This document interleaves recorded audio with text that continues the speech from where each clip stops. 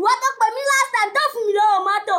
Bóyá ò dẹ̀ ń rò pé torí kò sáṣọ lára mi kò sí kankan tí mo lè yọ fà ẹ mọ́. Gbàgbé ogun wà o. Ṣé ká sàbí sí rọ? Eré tí ti bẹ̀rẹ̀ yẹn ṣé wàá fẹ́ máa fi mí pa ni. Ẹ̀yin ayé be calming down now. I'm not fighting you. I just want to ask you a question. And if you get it right, I will surprise you. Pẹ̀lú kí ni o? You just don't worry now. Ó yá já mi tán. So what is 2 times 3? 6. Be calming down, I'm not done. So what is open bracket 2 times 3 times 6 divided by 6 raised to power 2? Continue. Close bracket times open bracket 3 times 4 divided by 12. Child. Close bracket. Here is God. 1. Incredible. Ṣé incredible no?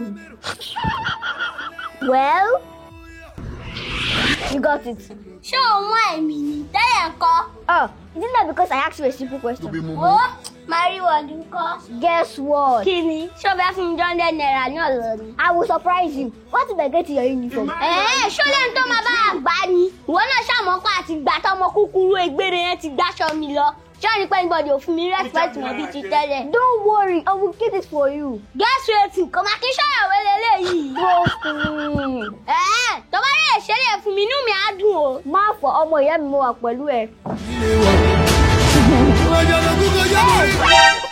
Ó ti fún mi lọ́wọ́ mọ́tò jọyàn. You're not serious.